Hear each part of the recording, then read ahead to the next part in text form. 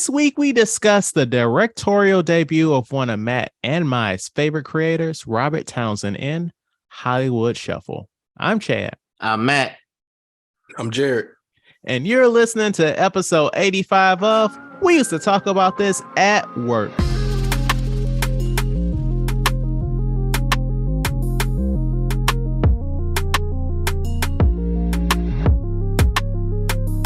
All right. So, first and foremost, welcome back, Jared. Look at you at number 6. Yep. I'm almost a regular at this point. You're putting those numbers in. I mean, you're beyond friend of the show status because we let you be in the intro. So, feel good about that. I appreciate it. I love coming on the pod, so I'm always happy to be here. We appreciate that, man. I will say that I don't like that you listen to our podcast on Apple Podcasts because, that Spotify rap just came out, and I want to know where we rank. Well, if I did use Spotify, it would be high. I basically only listen to, 6 podcasts probably. This is the only one that's non-sports, basically. So appreciate that. You would be high. You would be very high on the list. I'm gonna be honest. We would not be high on mine because I don't listen to this podcast on a podcast app. Well, it doesn't count for you because it's your show. So right. I mean, plus you're you edit it, so you listen to 3-4 times before it drops anyway. But yeah. So Jared, it's December. It's the end of the year. What's some of your favorite movies of the year? This was kind of a down year for movies for me in terms of the amount of movies that I saw this year. But among my favorites are probably, my number one movie probably is Everything Everywhere All at Once. I love it. I've seen it like 6 times. The Batman is up there. I really liked Thor. I'm joking. What else we got? Probably a Glass Onion.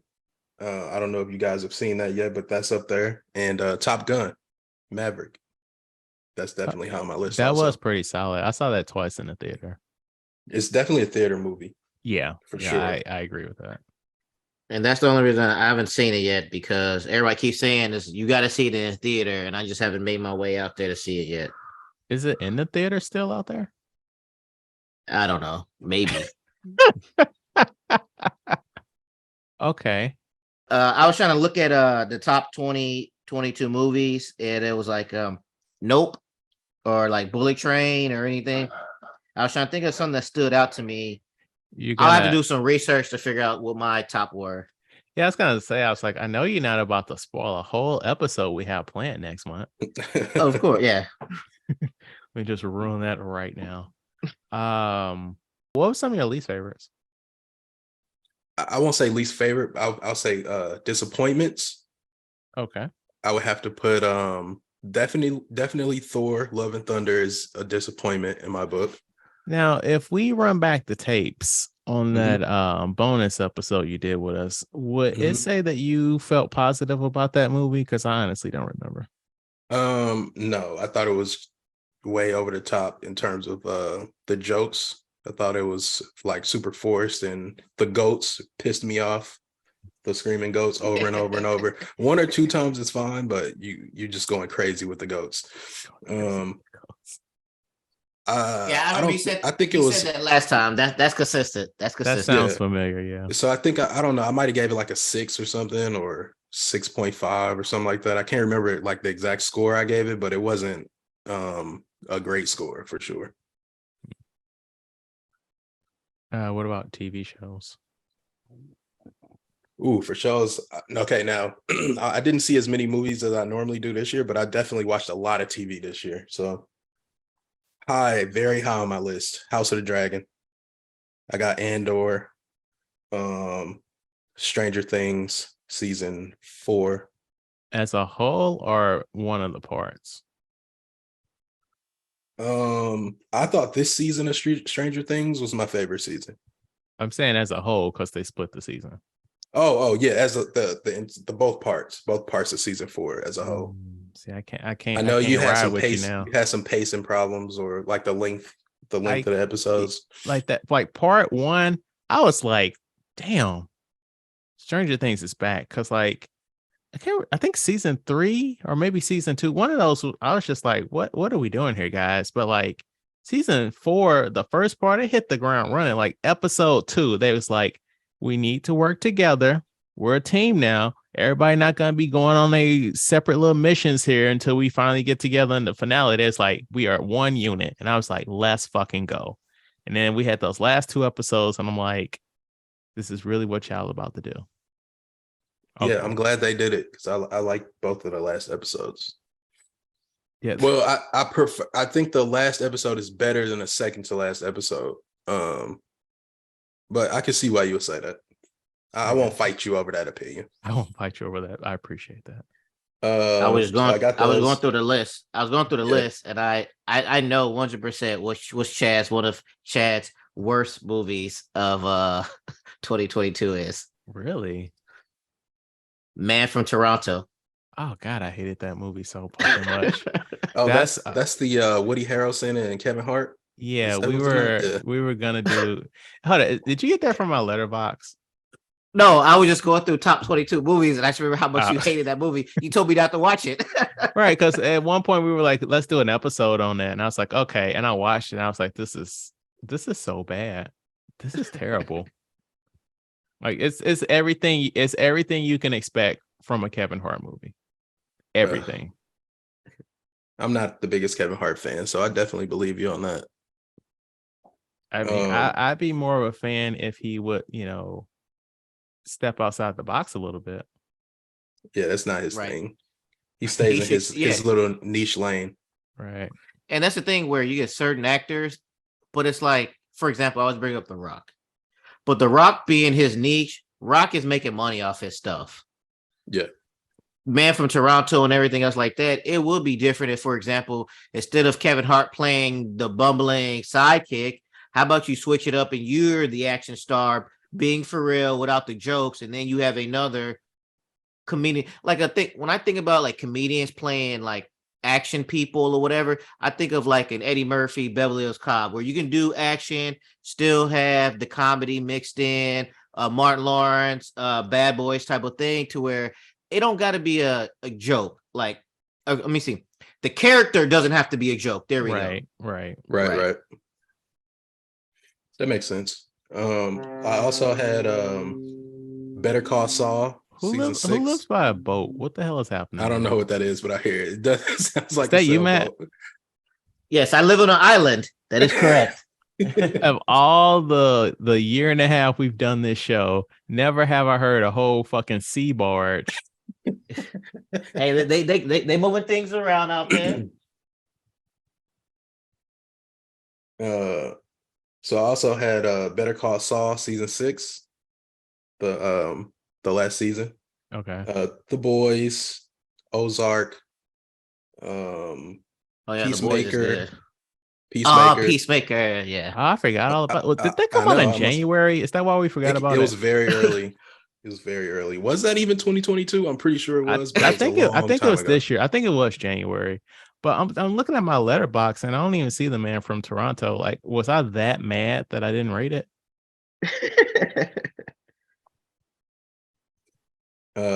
Cyberpunk, Edge Runners. Oh yeah, you really like that show. Sandman. Oh yeah, thought that was pretty good. And I'll give Moon Knight like an honorable mention. Maybe it was okay. Okay. But my top spots are probably Andor and House of the Dragon. Oh yes. Oh hey, what'd you think of the finale of Andor? It's funny because like this show gave me exactly what I wanted. Like I remember watching the last episode and I was just thinking like they delivered.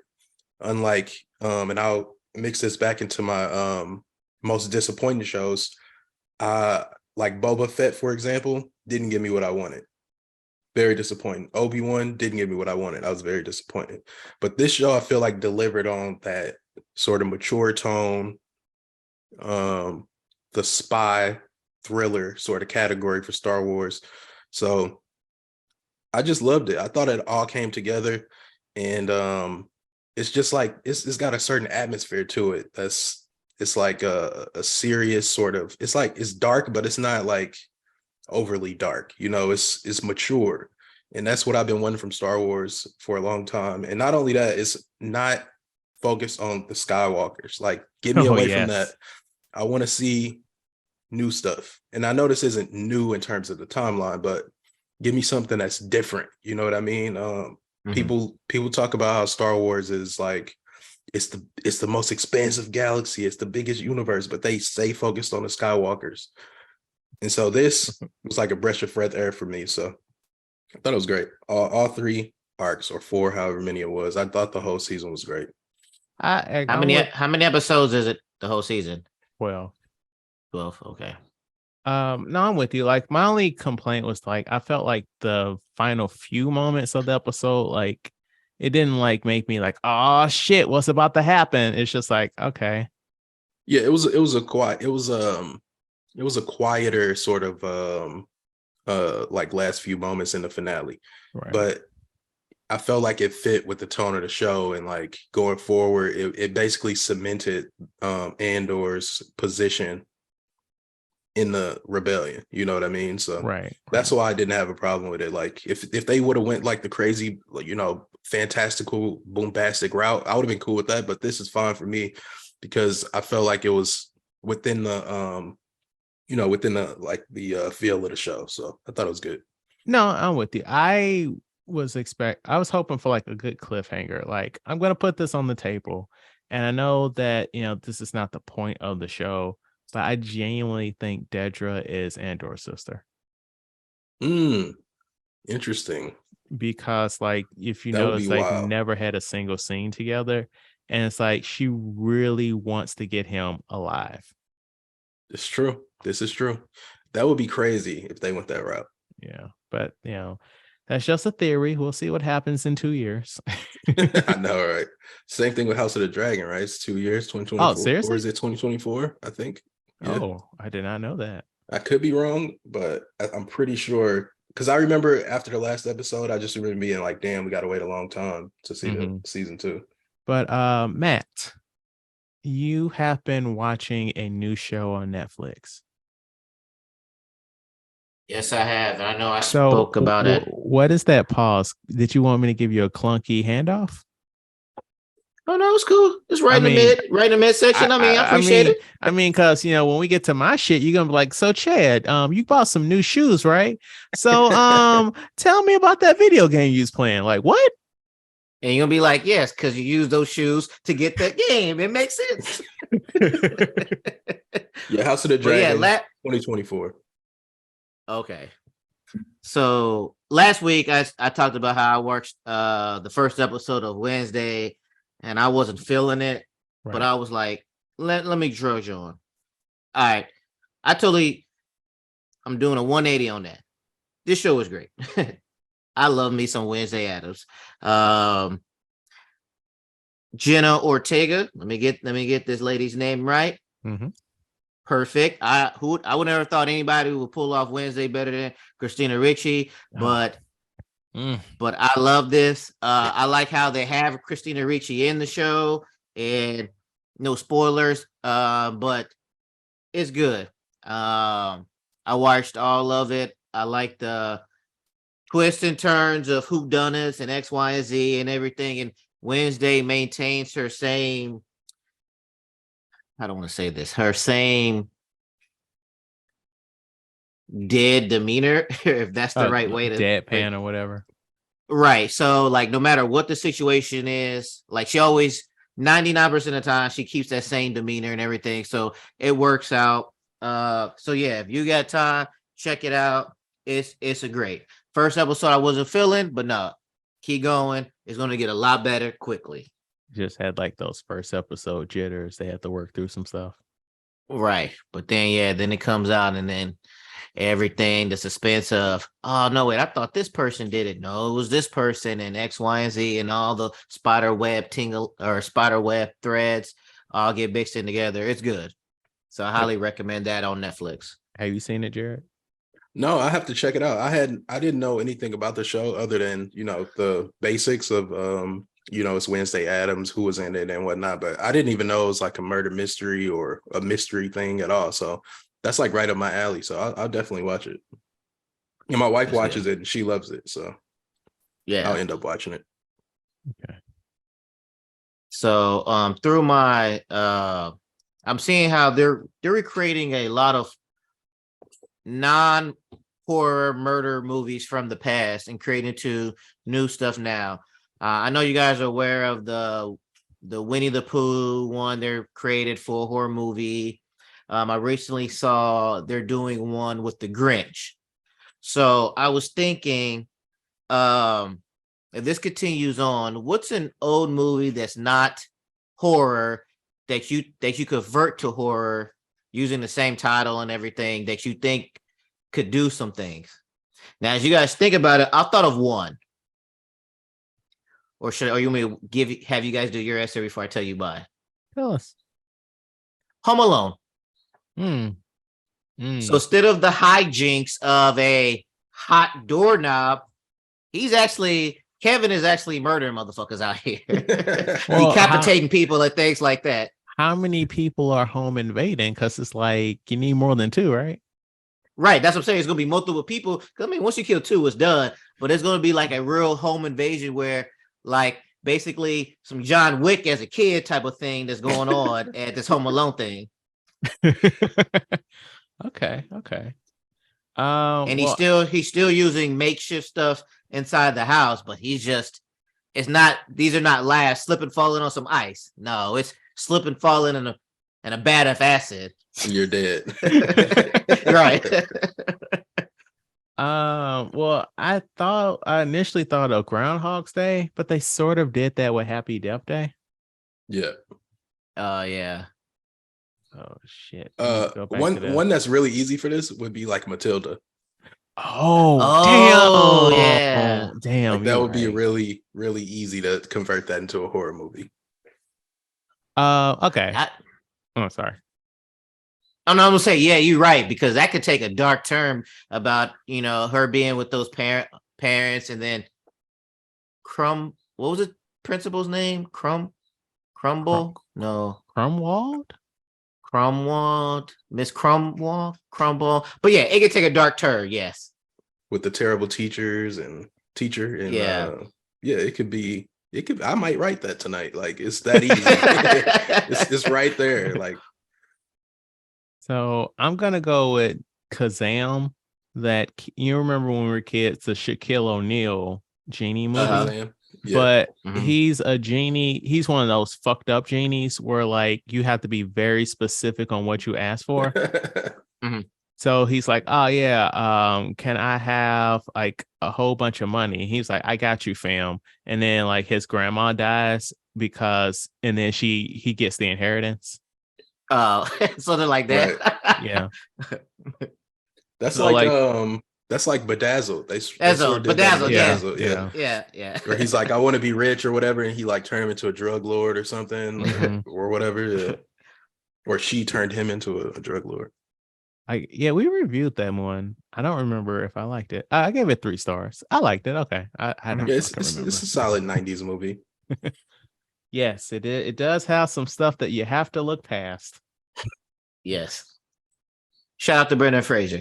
Yes, he's a fucking he's a gem of a human. Yes.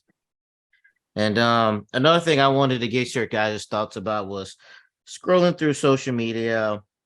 I found this topic which is brought up about family traditions, things you do inside the house that you think is normal, but then once you grow up and you start speaking to other people, and then you realize, no, that is not normal. Oh, this can get dark also. Okay, so I'm about to read this tweet exactly what it was, because this was spurred and I went down this rabbit hole of this. Okay, my kids have just. Oh, sorry, I give you a name. This is hold up. Is she a blue check? there is a blue check. Now I don't know if this is a real blue check or she paid her $8. I'm not Because I'm sure. like, if she just a regular person, do not say her name. Oh, well, there is a blue check there. So it says, my kids have just discovered that my family sick bowl, BOWL, and the cake mix bowl are one and the same. In my defense, this was also the case when I was growing up. But now that I've said it out loud, I realize I need to break the cycle. I won't be taking any further questions. So now they have a bowl. So whenever people get sick or anything, they have a bowl they throw up in. But then they also use that same bowl. So I went a deep dive in the comments. And of course, you guys are thinking like I do. Won't you use a bathroom trash can with a plastic bag in it, call it a day? Why are you actually using porcelain, like in a real bowl for this? Right. But then a lot of people said that, I ain't gonna say a lot. Let me take it back. There were some people saying, "Oh, my family does the same thing. They actually have a specific bowl for this." So that's weird. We used a bucket that we kept for like, oh, we're gonna wash the car, like an outside bucket. Right. And we would use that if we had to vomit. But you wasn't gonna mix no eggs and nothing in it. Yes. Well, no, I mean, I assume their defense is we watched it, but still, the very thought of it, right?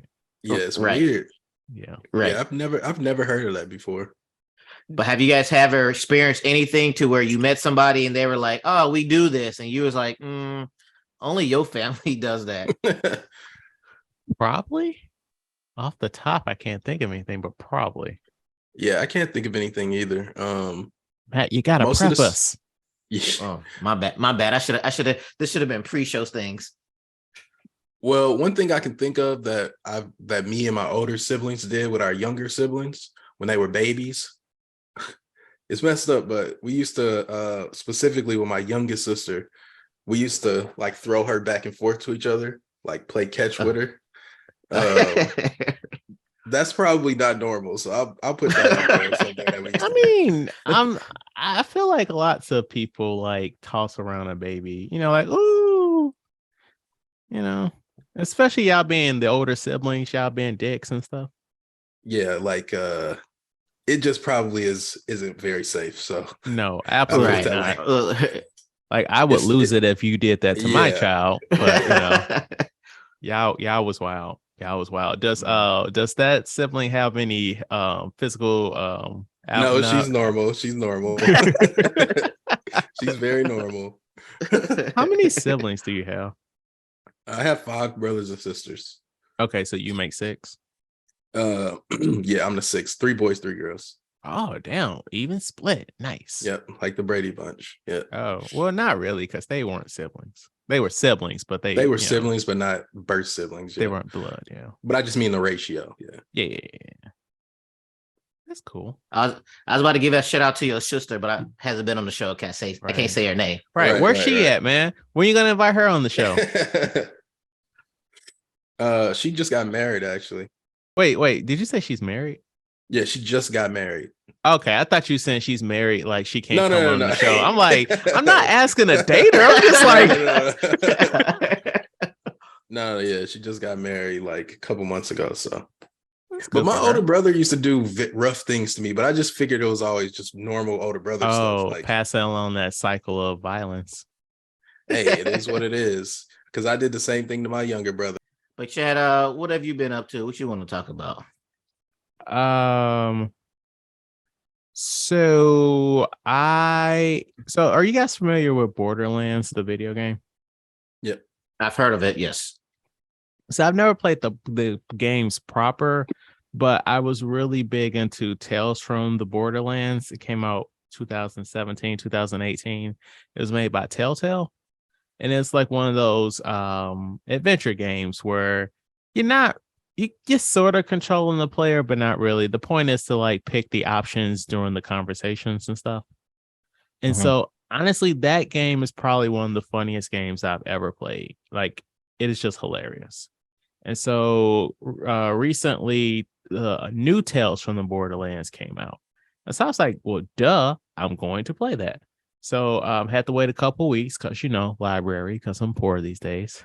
And it's just not hitting like that first one. Like it's trying too hard to be funny, and it's got way too many quick QTEs, quick quick time time events. events. And it's just like, I don't know, it's like it comes up like so suddenly, and it's like, oh shit, I was trying to watch the story, and then I'm messing it up because like I wasn't expecting one to pop up. So I Mhm. don't know, man. Like I wasn't feeling it. So like it's 5 episodes, and I beat the first episode, and I'm like, I'm good. So I took it back to the library like 2 or 3 days after I got it. And what were you playing this on? Like PlayStation or what? Yeah, it's on everything. It's on PC and all last gen and current gen consoles, but I was playing on PlayStation. Gotcha.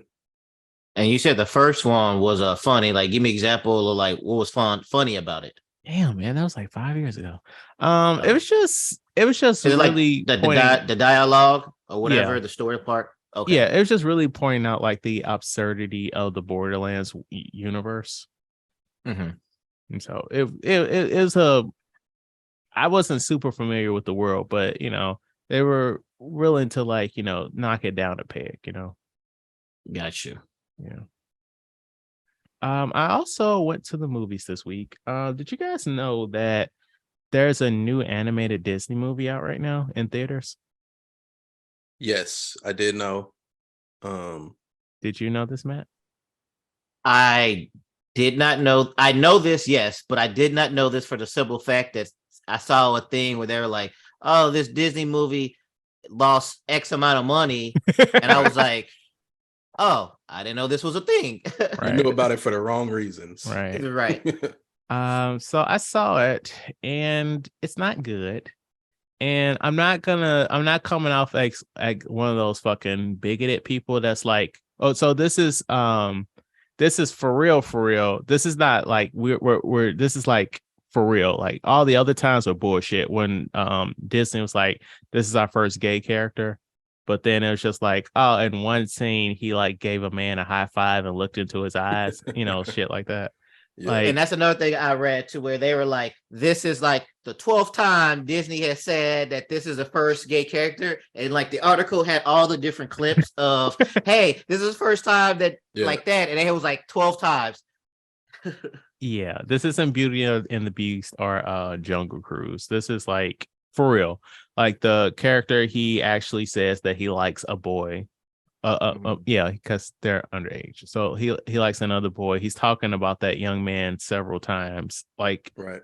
It's more than just like I like him because I want to be his friend. It's like they may have kissed. I can't remember. They might have kissed. I don't remember though. But I don't know, man. It's just like you guys seen that meme going around about Disney movies where it's like, Dad, you're giving up on your dream, son, I'm giving up on your dream, Dad. Y'all know that meme? I haven't seen it. Thank you for fucking up the momentum, Jared. Sorry. So basically that tired trope, right? I'm not even joking. Less than 5 minutes into the movie, those words were said verbatim by two characters. And I was like, are you fucking kidding, Disney? Like, seriously. So like the story's just kind of like meh. Cause like for the most part, it's like this is another like we have to stop generational trauma storyline. Mhm. But I'm not saying that those stories inherently are bad, but I am saying that every original Disney / Pixar movie that they put out the last 3 years or so have basically had that as the villain. You had Turning Red, Ryan the Last Dragon. Had some more examples here. What was that last Disney movie? Oh, Encanto. Yep. And then there was something else that I can't remember at this time, but it's just like oh, never mind. Sorry, that's Encanto. I will say we don't talk about Bruno, but no, that's the same thing. No, you good. You're fine. So it's like I'm not gonna say that that's not something that we should teach the children, that like just because your parents, just like when you're talking about family traditions, Matt, just because it's been done this way does not mean that you have to keep doing it if it hurts, right? but it's Right. just like that element of it was like weighing the movie down. And then like in the last like 20 minutes in the third act, like, all right, we are about to solve the problem here. They throw in an environmental message. And honestly, like there were traces of that environmental message throughout the movie. And if they would have expanded on that, that would have hit harder instead of wasting time on this whole I'm not going to be a dad like you because you were a bad dad, but I'm a good dad. Oh, wait, I'm actually a bad dad too. We're both bad dads. What? Like, no, no, Disney. Absolutely not Disney. Don't do that. So sorry that y'all lost a whole bunch of money, but y'all should have hit that script a little bit harder. So, do you think that people don't know about this movie because it's garbage, or people don't know about this movie because they didn't promote it the way they needed to? Both. Well, mostly the garbage. Well, sorry, the promotion. Mostly the promotion. Because like if it were a good movie, the word of mouth would be spreading more. Just Right. like how, Encanto, it did get a theatrical release, but we got a spike of COVID. And so that kind Right. of fucked things up. But then it blew up on Disney Plus because it's a solid movie. Yeah. This I don't feel like it's a solid movie. So Yeah. I watched the trailer for it when the trailer first came out. it's very And misleading too. even the trailer, I wasn't that impressed. Like it didn't nothing about it really stood out to me. Like Yeah. the character designs didn't do Yeah, I anything did for not care for me. the character designs either. I was like, this doesn't look good. It's like because I was bored with the movie, so I was just looking at other stuff. I was like, Yeah. okay. But also the movie, at least to me, from the trailers, it made it seem like this is going to be like a space movie where they go to Yes. a new planet. No, Yes, no, that's exactly what I thought it was. this is not a space movie at all. Wow. So they said it lost $100 million. Yeah. This is almost as bad as the loss on Treasure Planet, which I believe was 20 years to the day, Mm-hmm. if I remember correctly. Yeah, I saw something about that recently, maybe today or yesterday, about Treasure Planet being 20 or something. So, yep, Yeah. I think you're right about that. But anyway, speaking of Disney, we got a round of trailers to tackle, 3 of which are from Disney. So, Guardians of the Galaxy Volume 3. What did you think of that, Matt? I enjoyed it. I like Guardians of the Galaxy.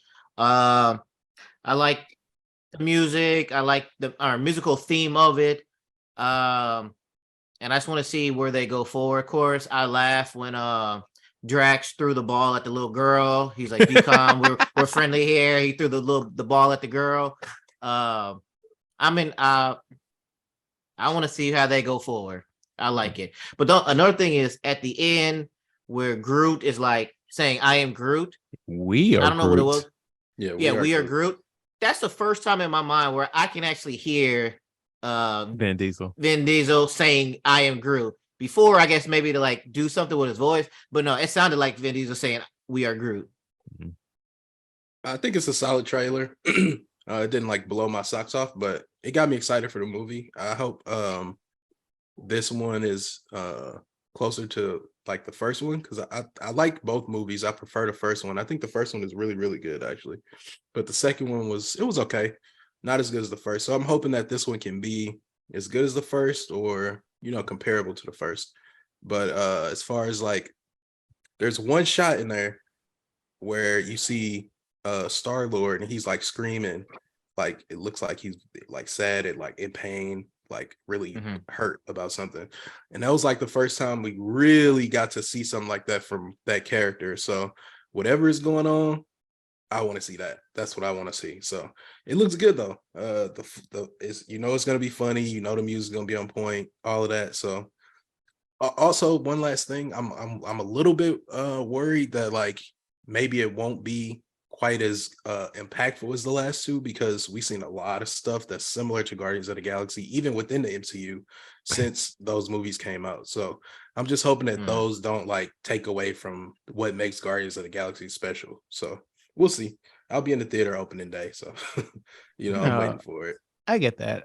It does look fun. I agree with you. I personally did not like Guardians 2 as much as I like the first one. I like the whole, yeah, we're on an adventure, we're off going to places. And the second movie, it was mostly on ego. Yeah. So, eh. Yeah, but it looks fun. I appreciate that we're gonna go to new worlds. We're gonna finally catch up with that Gamora variant. I mean, we're gonna dive into Rocket's backstory a little bit more. So that seems interesting. All that seems interesting. So we'll see. Ant-Man and the Wasp: Quantum Mania. It's fine. It's a decent trailer. This newest one was a lot of footage from just the previous Ant-Man movies. And I just thought it was okay. Like I think the effects look a little I mean, you can't really judge the effects true. It could be from a just trailer. early VFX. Also, But to be fair, yeah, most of that stuff in the trailer might not even be in the movie. that's true. That's true. Oh well, I'll put it this way. I don't think we, or at least I, got to speak on the other Ant-Man trailer. So I'll just talk about that trailer because this isn't this. I don't think there's any new footage in this trailer Right. that wasn't in the other trailer. Right. So I thought like the Spider-Man joke, I thought that was pretty funny. Going back to the quantum realm, all of that. I think Kang looks really good. I'm excited to see where they go with Kang. So overall, I think the movie looks fine. Hopefully it'll be better than Thor. So that's basically where I'm. So since Thor 4 came out, that's kind of where I'm like, I'm setting the bar. Like you need to be better than Thor 4. Like you got to give me something better than that. So Yeah. I'm hoping that it'll be better than that. And I'm pretty sure it will be. So I'm excited for it. So this is my most anticipated MCU movie of next year. But we got three. We got this, we got Guardians, and we also have the Marvels. I will put an asterisk by this. I'm not sure, and I'm sorry if you don't know this information, but we got another Black Panther Wakanda Forever situation with Ant-Man, because somebody in the cast is on some bullshit. Interesting. And so it's like, I want to see this movie, but every time I see this character, all I'm going to think about is like your behavior we're still in the pandemic, but your behavior during the early days of the pandemic and going forward. And Right. yeah, so that's going to weigh it down for me. But yeah, like Kang does look good. I'm really interested to see, what this variant of Kang is about. There's so much possibility of like cool stuff that they can do in the quantum realm. So I'm interested to see what we're gonna do there. The daughter, we liked her in Freaky, so I want to see what she's gonna do in the MCU, getting these Marvel checks. One quick thing. So when they show the quantum realm in this movie in the Quantum Mania trailer, this is an example of what I meant by it looks like Guardians of the Galaxy. Oh, like yeah. You take Ant-Man out of this trailer and you just show me, some frames from it and you said, oh, this is an MCU movie, I would assume it was a Guardians of the Galaxy movie. Like just based on the way makes it looks. sense. So Right. That's what I mean by like it's been a lot of stuff that's similar to Guardians of the Galaxy. So hopefully they can still give us something that's like new with the Guardians of the Galaxy, but it's that'll sort of bring us back like, oh, this is real Guardians of the Galaxy type of a thing. So Right. that was it. I agree with everything you're saying. My biggest thing is I'm waiting to see what they do with Kang and everything. Ant-Man, Paul Rudd, they have jokes and things like that. But my biggest thing is I'm looking for Kang and everything that revolves around him.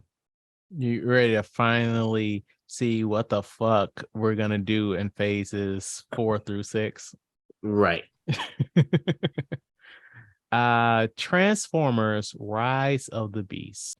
Okay, so I watched this trailer and it just, listen, the Transformers movies, I like the first one, but the rest have just been, it just seems like they're making the same movie, just remixing it.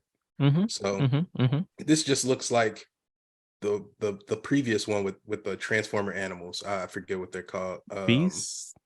Do they just call them Beast? I can't Beast remember. Wars.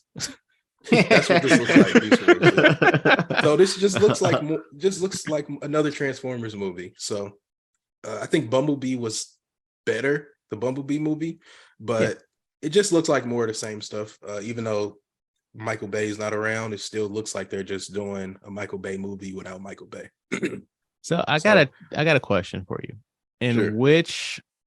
Okay, so just a quick thing. Transformers Rise of the Beast is the 7th Transformers movies. Which one of the 6 Transformers movies, the first 6 Transformers movies, had them fight Nazis? I think that was The Last Night. Matt, you got a guess? I have no idea. You want to guess? Fourth one, because I've only seen the first 2. Really? I don't like Transformers. I don't like. It's not visually like. It's too much going on with their bodies, and I don't know how to explain it, but it's like it's too much CGI on top of CGI, right? And then like it's just all right. I watched the first 2, then after that, it was like I've seen clips of I've seen a little bit of Bumblebee. I've seen some of the Mark Wahlberg one, but it's just like once they transform and they're in their people size self, or not people size, but they're people robots.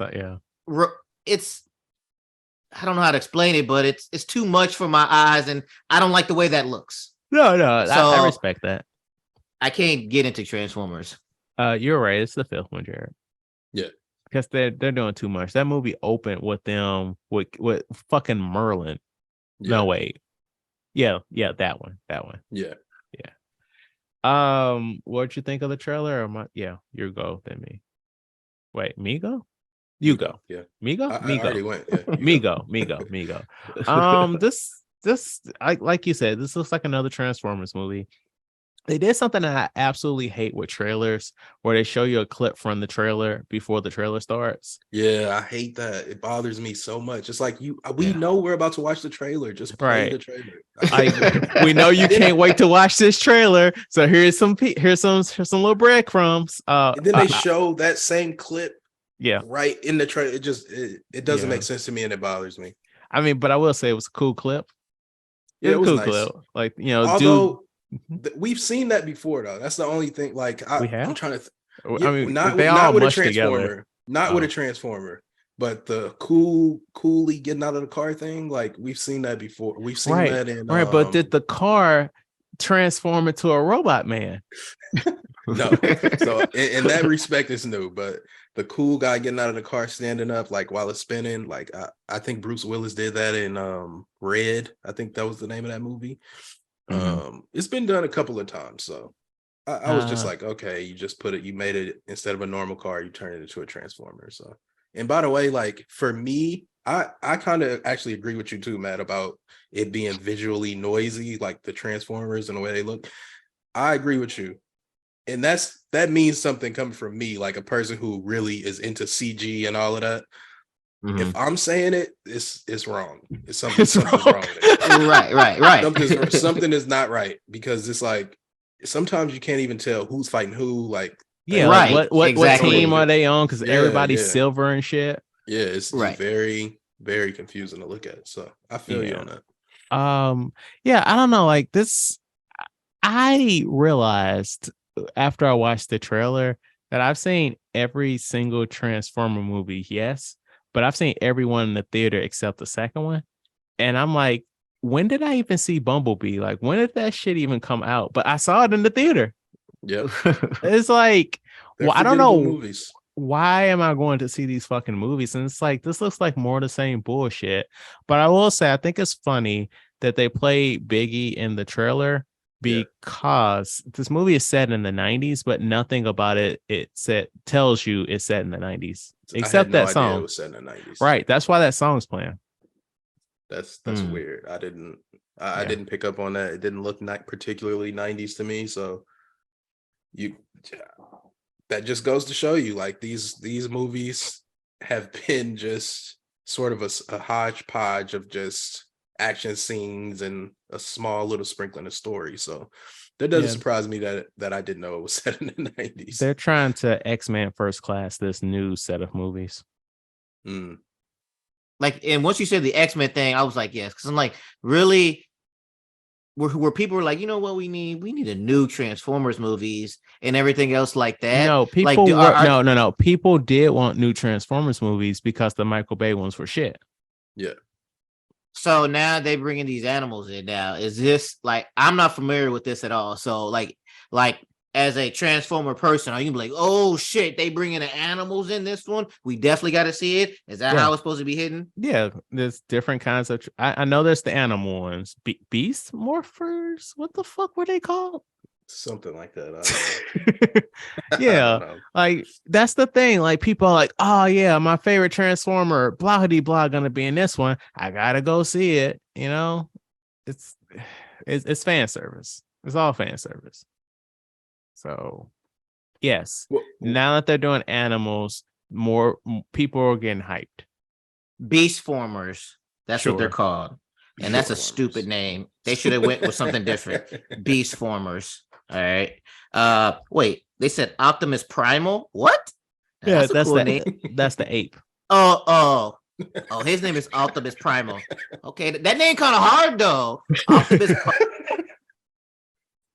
Nothing to me is worse than Transformium, which was in like I forget which movie. It was one of the Mark Wahlberg ones, but they had a like a substance called Transformium, which is remember I think it was the first Mark Wahlberg movie where the movie was basically over, but they were like, oh wait, China gave us a whole bunch of money, so we're gonna tack an extra hour onto this movie and go to China. And I'm like, what the fuck is happening here? They got some Chinese dude, like not even like in an American area. He's living in the heart of China and he knows American football. I'm like, what the fuck is happening here? Yeah.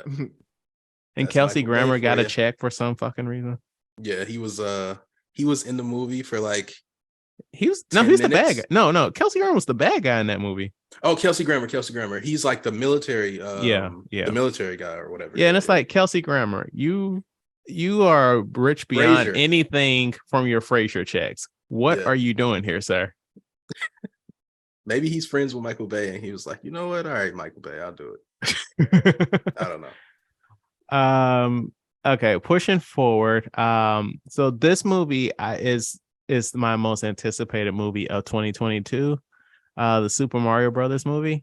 I fucking love Mario. Like this is just I'm looking at this trailer, and except for like hearing Chris Pratt's voice, where not unlike the teaser where it sounded like he didn't really talk that much. He's actually talking in this one. I was like, oh, you aren't actually gonna voice act. Okay, cool, whatever. Yeah. But man, I'm just smiling ear to ear. Like they go to Donkey Kong Country. They got like the levels and shit from like the first Mario game. They got Mario Kart stuff in there. They making references to Mario Galaxy. Like Peach is not getting kidnapped and shit. She's actually gonna be a participant in this movie. I'm like, I will be there, movie. I will be there opening weekend. You already have my money. Don't even fucking worry about it. You got me.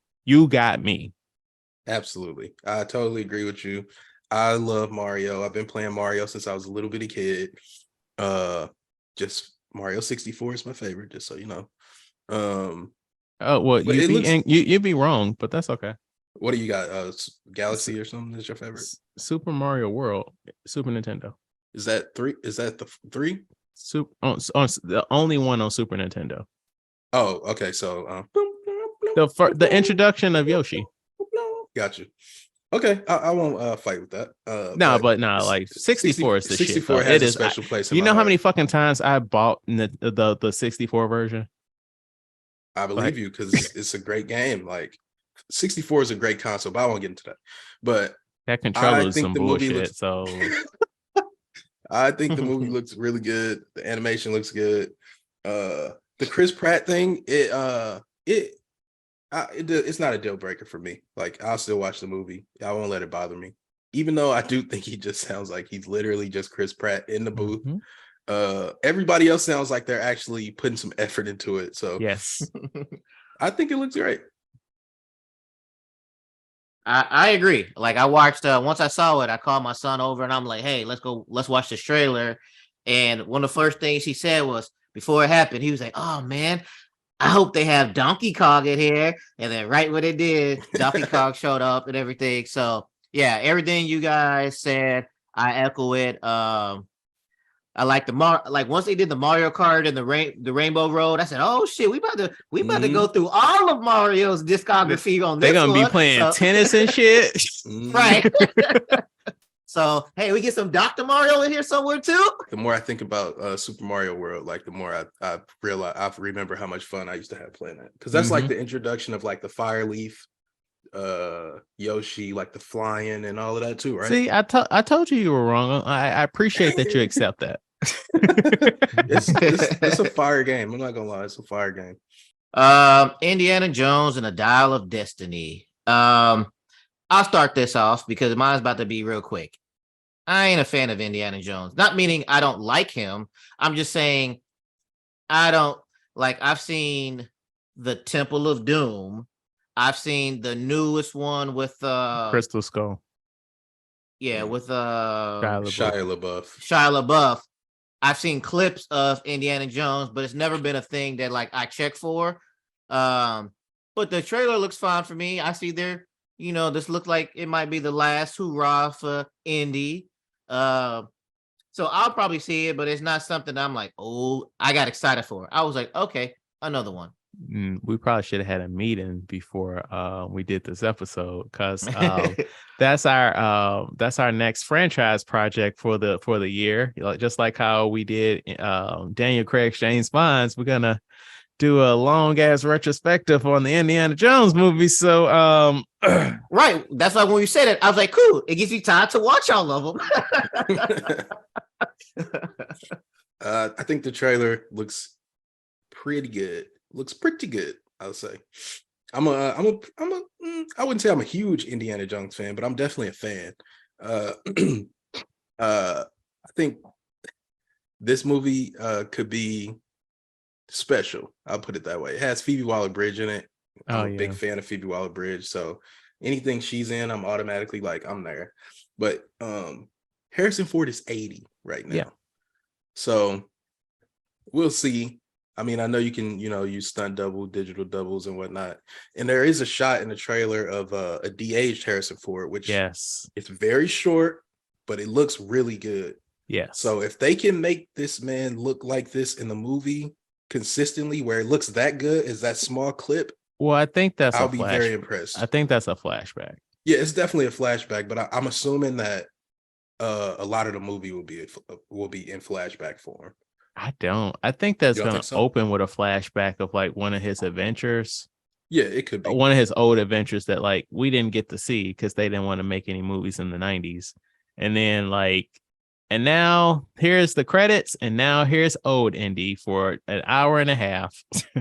you could be right, but if it looks that good, if it consistently looks like that, I'll be very impressed. Nobody has been able to touch Disney on de-aging technology. True. So we'll see. So that looks really great. Yeah. I'm excited. I'll just leave it at that. I'm very excited to see it. Same. But all right. All that being said, we are at this week's discussion of Hollywood Shuffle. Hi. My name is Robert Townsend, and it's hard to make a movie in Hollywood, but I did, with the help of a few friends and a few credit cards. What's the line? I ain't be got no weapons. I ain't be got no weapons. My film's about making it as an actor in Hollywood. The only role they gonna let us do is a slave, a butler, or some street hood or something. Don't sell out, brother. Oh, Promised Land. Melon soda? But the real trick is finding a juicy role when the odds are against you. Good luck, brother. Okay, so we're gonna do this one a little differently because we try and shake things up, especially with Robert Townsend Productions. Just wait till you see what we're gonna do when we talk about the 5 heartbeats. Okay, so Hollywood Shuffle was told in several different segments. So we're going to tackle each segment individually. So we're going to talk about the actual movie first. So Jared, can you tell us what the movie was about? Just the core movie. I got you. So the movie is about like an up and coming actor, a young actor, where he's trying to break it into Hollywood, sort of big. And this movie basically follows him as he tries to get a role, like a leading role in a movie. Okay. And he's faced with dude to break in. Does he sacrifice his morals to play a stereotypical person at this time, or does he miss out on his once in a life opportunity and stand his ground? Right. So, Matt, why don't you lead the charge and tell us what you thought of this movie? I love Robert Townsend. You know this. The audience knows this. So I don't want to, the rest of these words that come out my mouth, I don't want you guys to feel some type of way. You guys know how I feel about Meteor Man and everything involved. Okay. I understand what is the plot and the purpose of this movie is. I get that 100%. Me watching this for the first time in 2022, this shit was stupid. I get it though. I get it. But this shit was stupid. We're going to break it down in segments and we can get more specific. The best part of this movie was I like to see a young Damian Wayans. I like to see a Keenan Ivory Wayans. I like to see these young comedians later on in life or whatever. I was like, oh, I know that, like the grandmother. I'm like, oh, I've seen 227 and other things like this. I'm like, yeah. So I was like this, but overall, I'm like, I don't like this overall movie. You like, this is your king? Right. But also one more, I'll break that down for this. But like, I like one thing, the only part I did, or parts I did like, was when he was having this flashback and he's playing a superhero, Superman. I was like, oh, that's Meteor Man. Yes. Meteor Man for the future. Right. So it's stuff like that. But the whole movie itself, no bueno. I liked how he had future big stars players. I liked him. I liked the plot of having different, I don't call them flashbacks, but different segments in there. I like that. I just feel like it's not funny for me in 2022. Like the jokes and everything, I don't feel like the movie's funny. Oh, okay. Yeah. No, I get that. But yeah, I understand the whole purpose to highlight this stuff and the position of the actor at this time to play these part, but it's not a really an entertaining movie for me. What did you feel about the acting? I like Robert Townsend can act, and I like when they had the different segments. He's playing the different parts. Keenan Ivory Wayans, like the acting was fine for what it was. Yes. Yeah. Okay. I thought it was okay. Like, I didn't think it was terrible. I didn't think it was great. I just thought it was sort of a run-of-the-mill type of comedy. Like, I wasn't laughing out loud. I laughed out loud like maybe twice. But the things that I did like were his sort of daydreams. Some of them, not all of them, but I thought a couple of them were pretty funny. I like Robert Townsend as an actor. So to see him when he's this young, I think he's like 30 in this movie. And he directed this too, right? Wrote, direct, produced, financed. So that's interesting to me. But I thought he did a okay job. Like, I wasn't like super impressed with the directing, but it was fine. It was an okay movie. I thought a lot of it is like just the time when the movie came out, where it's like some of the stuff just isn't really funny to me now. Yeah. Yeah. But overall, I thought it was decent. I'll put it that way. No, like I feel the same way with as you, Jared. Like we all are on the same page. Like this movie is not funny. We all understand like the point of it and why it needed to be made, especially for the time. So like those are my pluses. I like Robert Townsend. I at no point ever believed him as a quote unquote hard character. Like the few times that he had to play like tough, I'm like, Robert Townsend, please stop. Like you are a fucking middle class dad, and your daughter's name is Zarya. Okay, Yeah, Parenthood. So fucking stop. But the acting was solid. I really like the opening scene when he's practicing his scene with his little brother, who I feel like should have been his son, but that's a whole other story. Yeah. And the mom comes in and it's like, she's like, okay, well, I'm happy for you, baby.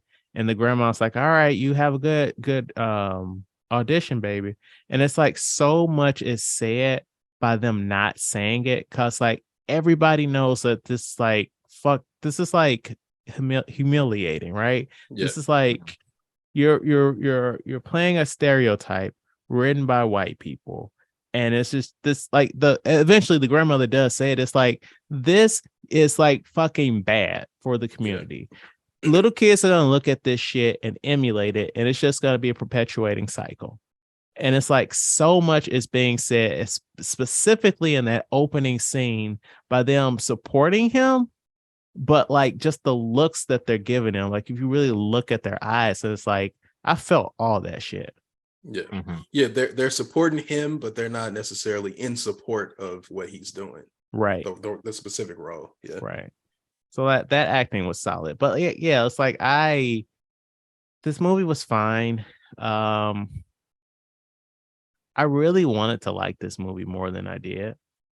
For me, and we're gonna get into it in depth, for me, what really held it back were those fucking like cutaway segments. I'm like, why are we continuously doing this? Like, yeah. Well, see, I don't know. The thing for me is like, so the movie is a comedy. We know that it has a message there, but like if you look at the category, it's a comedy movie, right? Yeah. So for me, it's like I agree with you that those scenes held the movie back, but at the same time, those were the parts. Like a couple of those parts are what I was laughing at, you know. So it's like a push and pull thing. So in a comedy, the parts that I laughed at were the flashback parts. I mean the daydream parts, but the daydream parts are also what made the movie feel like it wasn't even a complete movie, you know? So yeah, in terms of story. Right. So it's like 100%, yes. It's a mix. It's a mix for me. It's like I like those, but I don't like them because they held the movie back. Would it have been a better movie if it was like something like I can't think of a specific example, but like a movie with like various sketches in it? Like the movie, like a sketch show, like an 11 color type of thing. Yeah, but a movie. I mean, maybe because you're yeah, I think so, because it will feel better as it just felt like, I don't know if there was too many, but it felt like we kept going back to it. Yeah, this is what we were relying on instead of the main story. We just kept going back to this, and so they were getting they were getting longer and longer. They were really long, yeah, right. So I think like if it was just a sketch show of, hey, these are what it is, then we could appreciate it at face value for these sketches, to where like Jared said, like there was some that I enjoyed. So, but then tied to the whole story of the movie, like you said, it weighs us down. So if it was separate, it's probably going to be more enjoyable. Right. But then also I'm like, is this to pad the length of the movie? Because, you know, back in the day, like you were trying to get into a theater, so it had to be X amount of time, versus now you can make, you know, something, you know, 12 minutes and they'll throw that shit on Hulu. Yeah. Right. So I don't know. I don't have the numbers. I didn't check this, but it feels like his daydreams and whatnot were long, had more screen time than like that. His the actual story. That's what it seemed like, or it was close to being even. Yeah, I don't have the data, but I would probably agree with that too. Yeah. All right, so let's tackle these daydreams. So the first one is Black Acting School. So it starts off like in a slave movie, and it also has some allusions to like Mandingo. And then like it cuts away and everybody's talking in their dignified voice, and it has like white guys showing the black actors how to walk and talk and things of that nature. The core idea is funny. Yeah. I feel like that we saw, I think okay, so I believe Carlin, our friend Carlin from the Starfighter Full Movie podcast, he put us onto Hollywood Shuffle, and I think he showed us that clip. Right. And we were like, yeah, at some point we're gonna watch that movie based off this clip. And it's a good clip. Like it it says a lot about what the movie as a whole is trying to say in like Exactly. 3 minutes, but you know, but it's solid. Acting, like the acting throughout all of this movie is solid. I don't really have anything that I don't like about it, but it's pretty decent. Yeah, I thought Robert Townsend's English accent during this clip was pretty funny. I thought it was pretty good. Yeah. So The thing is, like like, one thing is, like, maybe I haven't seen enough movies from back in the day. I understand the jive talking, Yeah. but the walking part, I was like, I didn't know that was a thing. Like Right, this. but I feel like that's also like part of the joke of like just like Yeah. white people just don't know. Yeah. They're just being, I was like, they're just over exaggerating.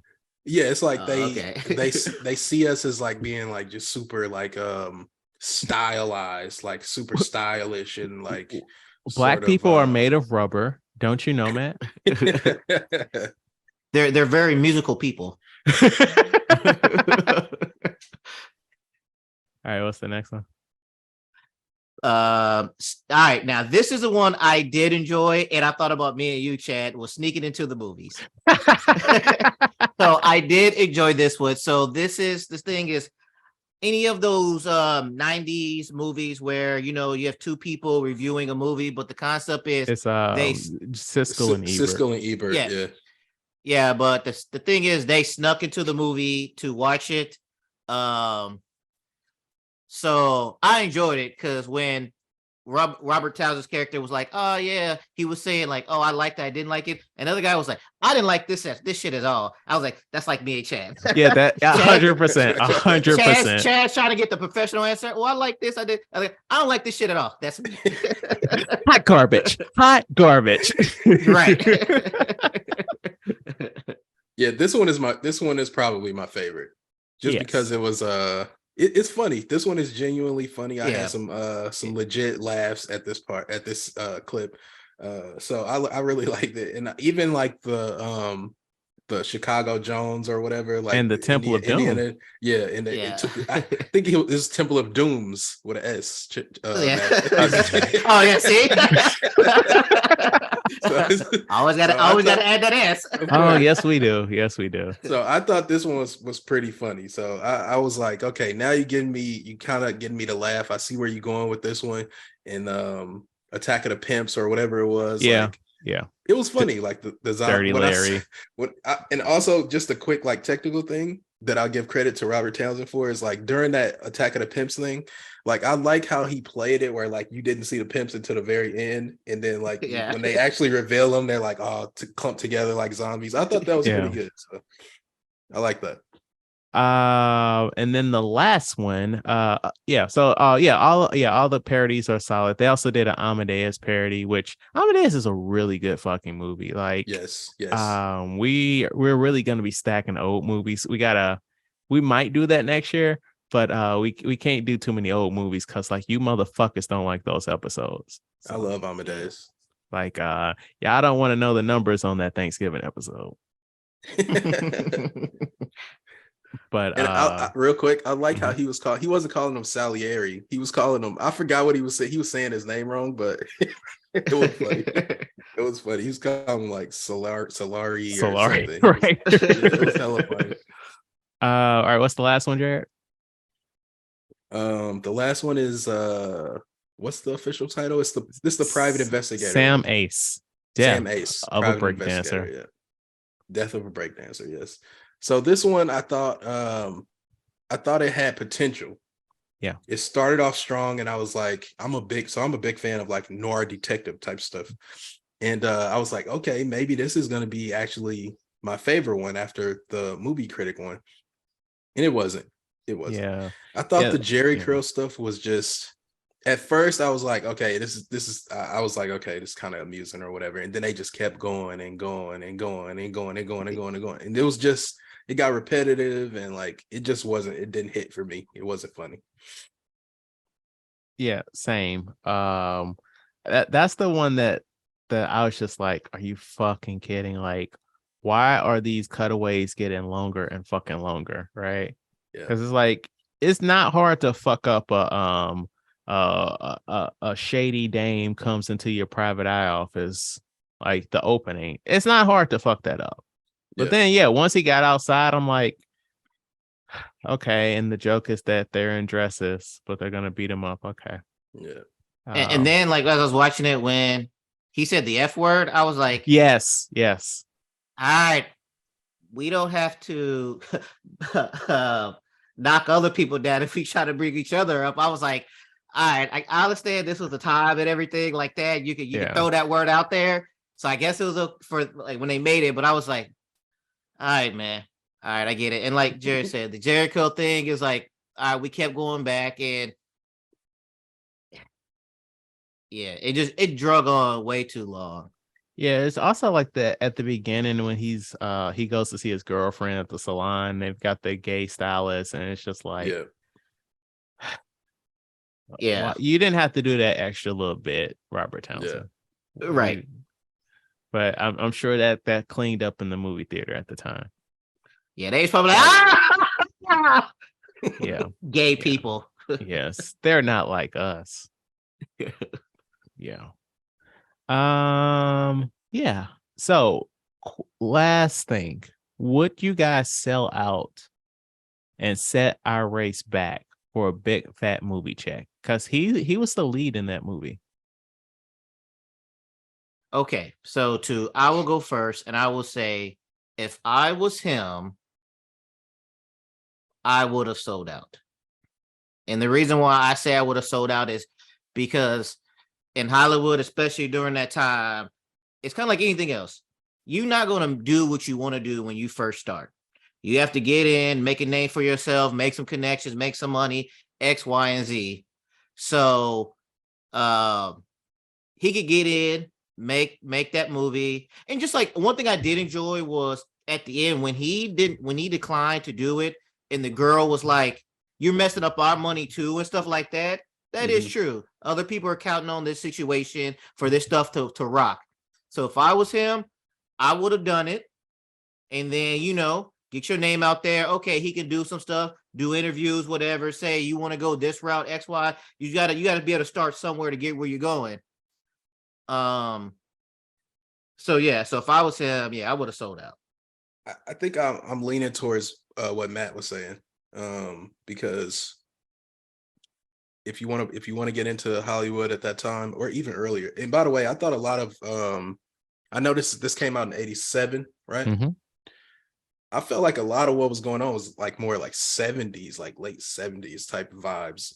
It felt like that movie was a late 70s movie, but I was thinking about that too, and I'm like, it really didn't, like, you had Eddie Murphy doing his thing. No, you had Eddie Murphy doing his thing.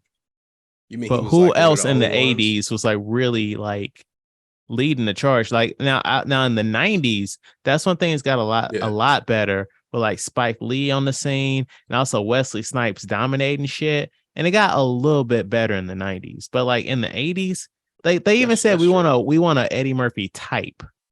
I'm glad you brought that up because I thought that one clip was kind of funny when they were all when they are dressed up. Yeah. And he's like, no, I don't want to do Eddie, and he's like starts doing Eddie Murphy like involuntarily. Like I thought that was funny. But you are right. I can't think of, when I think of like 80s, black actors in the 80s like being like superstars, like Eddie Murphy is like not even super, just like who else? Like who else was leading a movie that was black in the 80s?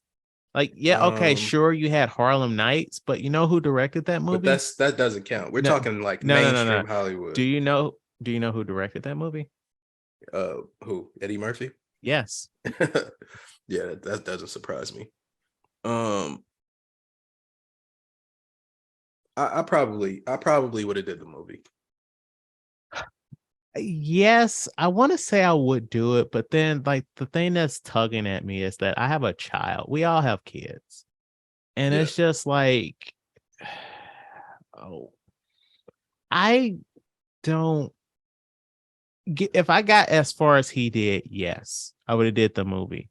But like I don't know if I could have like initially gotten that script from my agent and done that shit with when I have a child and like at, as us all as men and also black men, we don't want to let our kids think that certain things are okay. Sure. And I don't want my daughter to see me doing something that I know is not right. Sure. I agree. Right, because this was not his first role. They said he was on TV before. He's done other stuff to Right. where, sure, I guess this was the first quote unquote big great break where he's the main star. I mean, he could have always turned it down for something else, but it's kind of like, and then he was practicing his lines with his little brother. So it's Right. like at one point you had plenty enough time to think this through or whatever like that and not go through it. But then you go all the way up until they're actually recording, and then now you change your mind in the middle of the thing. So Yeah, not only are his you family was on some bullshit. Like, don't come there if you not y'all heard him read that goddamn script. Yeah. right, and now not only are you, it's one thing if you would have got the script and said, nah, this goes against my morals, I'm not doing this.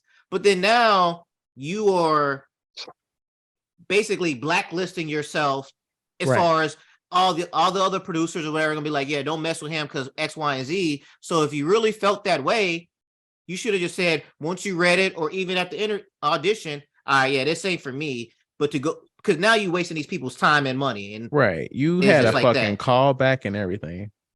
right? Yeah, definitely not a good look to wait until you're on set to be like, I can't do it. Oh, that's another thing. Like he had his mom. First of all, you're a grown ass man. You got your mom earning for you, but you had your mom earn your fucking outfit, and you're an actor. You don't wear the shit that you come to work in. Right. Right. Also, I didn't like how he told her to hurry up either. Right. I'm Yeah, like, it's like brother. you do it. Right. Like, that's your mama, and she helping you out. but I'm sorry. Like, I feel like she would have taught you how to fucking iron, man. Right. Right. I feel like he's supposed to be younger. That's like the only explanation I can come up with. Even though he's like 30 in real life, I think he's supposed to be younger just based on like the way I'm pretty sure he sleeps in the same bed with his little brother. Like it was 2 pillows on that bed. The way his coworkers talk to him at the hot dog place, like his sort of daydreamy sort of oh, okay. you know what I see mean? what you're saying. Yeah. I think he's supposed to be younger than he actually looks and is. So that actually would have been much more powerful if like he was like a 18, 19-year-old guy. And it's like you like what we were saying, this shit is wrong, but you're trying to make your break. That actually, he shouldn't have played that role. I think he's supposed to be much younger than he looks and is. Okay. Well, because they don't ever say his age. But the only year like range that we get is they say he worked at the hot dog place for 3 years. Yeah. So I mean, he could have got there in high school. Yeah. So all right. What do you guys think the Rotten Tomatoes is on this movie? 660, 65. I go with. So stop. So you gotta remember that this is gonna be some old reviews, right? There are 27 reviews on this movie. And I also want to remind you that this is Robert Townsend's big break. Like, we wouldn't have Meteor Man or the 5 Heartbeats without the existence of this movie. So more than black people were paying attention to this. So Jared, I'm gonna let you give another guess. I don't know. I'll say 50%. You said Rotten Tomatoes, right? Yeah, I'm saying go above your 60 that you said. I'm Oh, saying above. 75. It's probably I like, go- yes. If it's above 65, it's probably like 75, 73, 74, somewhere in the mid 70s. 85% with an 85%. 80% audience score. That's all I was saying. Like, this was a Wow. well-received movie. Like, this is why we know Robert Townsend. That's incredible. right. So more than Black Hollywood was looking at him. So trivia. How many days of shooting did it take to make Hollywood Shuffle? Now I want to be very clear. These are not consistent days, as in these are not consecutive days. But how many days of shooting did they need to film this movie? A 17, B 25, C 40, or D 90 days to film this movie? Did you say 40? 17, 25, 40, or 90? I'll go 25. I go 40. The 17 days of shooting were spread over 2 Wow. years between Townsend's tours as a stand-up comedian. I had no idea he did stand-up. I didn't either. And Neither that's did I. crazy. 17 days over 2 years. Yeah. That's crazy.